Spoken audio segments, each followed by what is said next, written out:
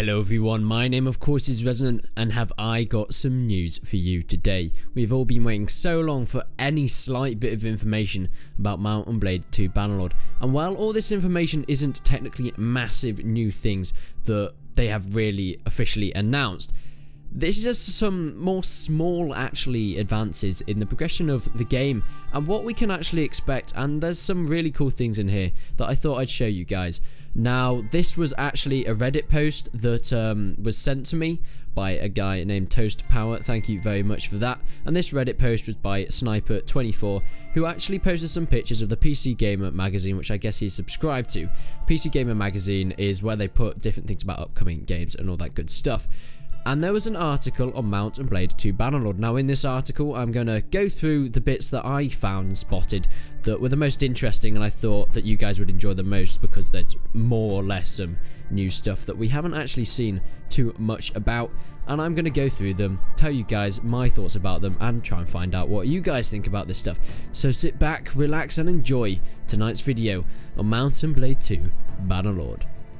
Now, they did do a bit of a playthrough as this character called Yasmin, and the first thing we found out that, of course, in Mount & Blade Warband, you can go into cities and you can look around them, you can go to places by walking or you can teleport through the menus. And a little thing that they have added in is you can also do this with NPCs now. So if you want to go and see a certain NPC, you can teleport to them, you don't have to walk around and find them, or you can do either or the other. So this adds in the good choices of a good RPG game, and Mount & Blade Bannerlord technically is a sandbox RPG game that is going to be coming out hopefully sometime soon. So it's really good that they're adding in these types of choices. Now of course, services you do for different NPCs and advantages you gain off them are based on the type of NPC you talk to.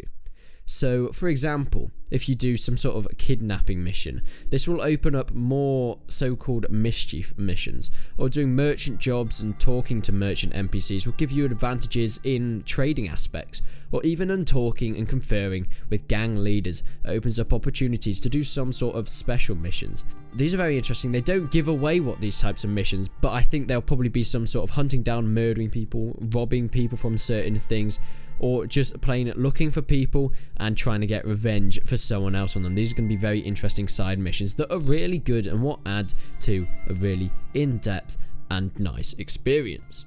Now of course, you'll be able to hire NPCs for your armor, just like Warband.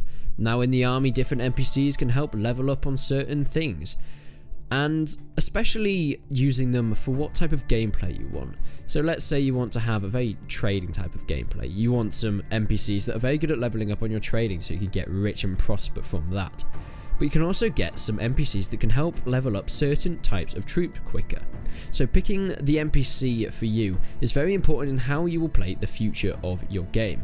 So it's very good for molding your gaming experience, so you need to pick the right NPCs that you want to be able to play with. We have seen some gameplay in the past from E3 and things like that, where they have shown some Siege gameplay, and of course there has been some similarities we've seen to games such as Total War games, for example. Now you do see here in the background we've got this deployment screen, which does look very much like a Total War game. Now Bannerlord have actually addressed this feedback from the players. Now Tailworlds have tried to reinforce that it's not going to become like another game such as a Total War game, because people were worried about that they're trying to steal too much from other places and not take to their roots. And you know, this does look a little bit like a Total War screen, but then again it just has its own twist to it. With certain places you can put siege weapons and your troops and all of that good stuff. Now all the gameplay being in the battle will be you commanding your general character. But saying that, it is still actually possible to do some strategical movements and attacks such as flanking cavalry charges or a solid shield wall position with archer fire cascading down behind your infantry.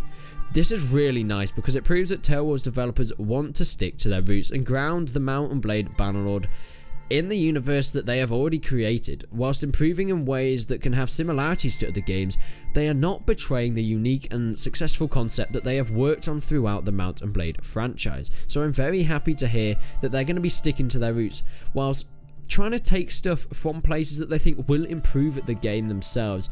They are putting their own twist to them and making sure this Mount & Blade game is definitely the Tales development that we all know and love, and not becoming some sort of other game that people might not want it to be. And in this article, we also have lots of talk about AI improvements. Now, me personally, I think these AI improvements are much needed. We all know Mount and Blade doesn't have the best AI in the world, to say the least. Warband, if you attack, let's say, some smaller groups of enemies, such as some bandits or a caravan, or just some smaller lords parties, most likely thing is they're going to be charging into you, especially those cavalry armies. They're just going to go straight into you, smack into you. You're not going to have time to do any sort of strategical positioning or tactics or thinking through how you're going to win this battle. And yeah, while Mount and Blade Warband was such a great game, that was a big thing that really let it down, I think, for putting it into that amazing market with adding strategical work into the battles along with you being in there as your character, which was a big selling point for the game. Now, in the article, it talks about how AI armies will rarely decide to just charge your army, especially if you are, for example, defending some sort of choke point or a hill sitting on top of a hill. They'll try and gain higher ground maybe, or try and use their strategy to win the day over you. So if you're camping on a hill, they might try and get up around you and get onto that hill as well. Now, of course, this is just word we've seen from the developers, so please don't necessarily take this literally, because until we can see this and experience this for ourselves, there'll be no confirmation whether all this is definite. The article also mentions how AI can use opportunity to their advantage. For example, if the AI feels it has a chance to quickly take out a portion of your army that may have been split off from the rest, or they feel a quick rush to your army would be more beneficial than them taking a defensive position, the AI will take this opportunity.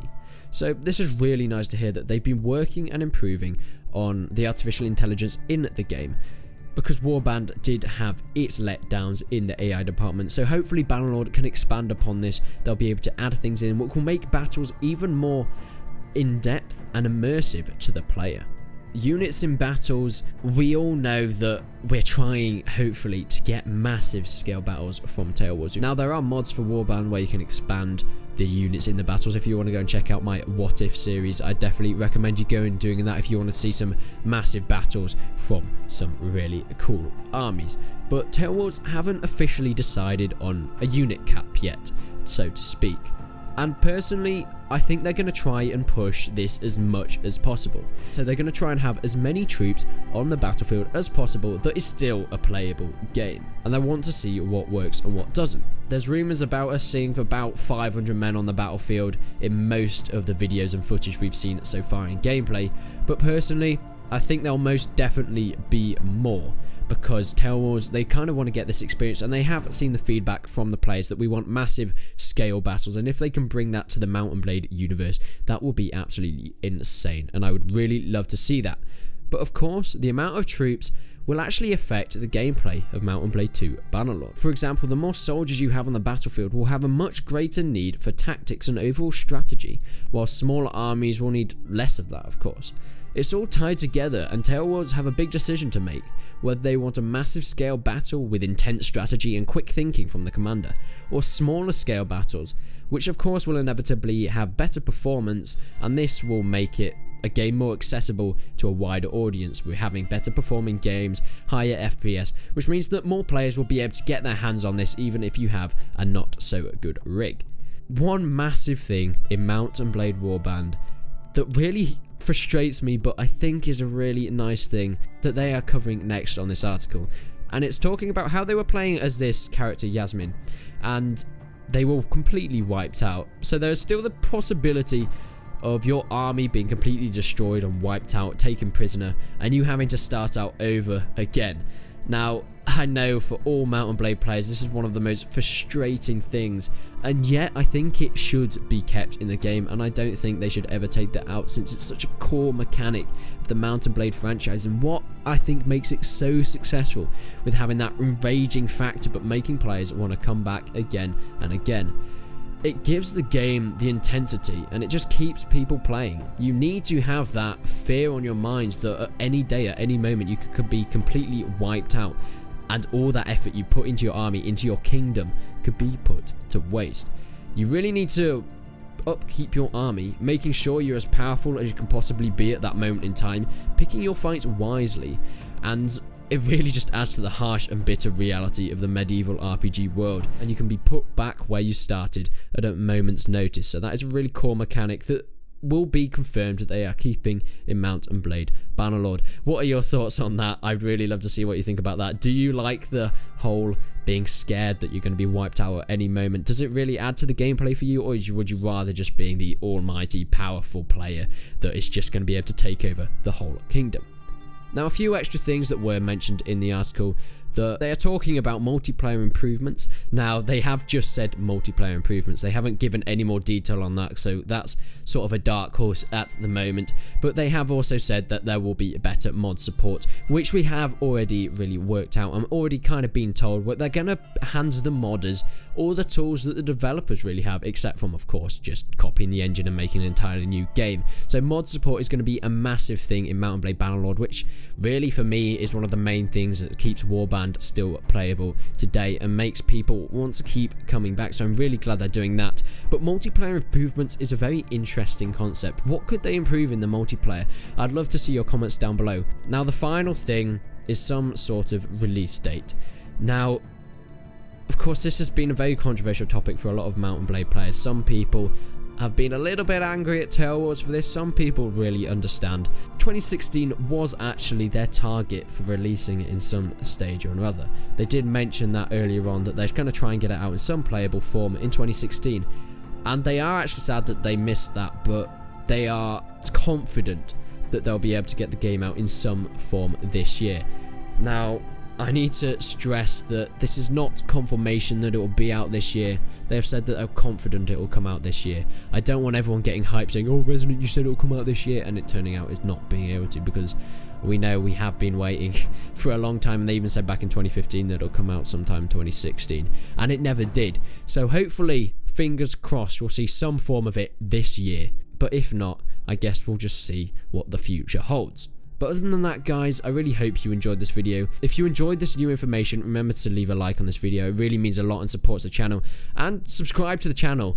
I think maybe by the time you're watching this, we'll have reached 10,000 subscribers. If not, at the moment, I think we're on 9,995 or something stupid like that. So by the time you're watching this, I may have already reached 10,000 subscribers, but please just smash that like button if you haven't already, if you enjoy my content, if you want to see more of it. And I'd love to see your ideas for videos down in the comments. And of course, on my Steam group, if you look in the description, you can go join my Steam group. I post an announcement there every time I post a video. And of course, there is a discussion on there where you can put video ideas you want me to do, and a lot of the time I do actually do them.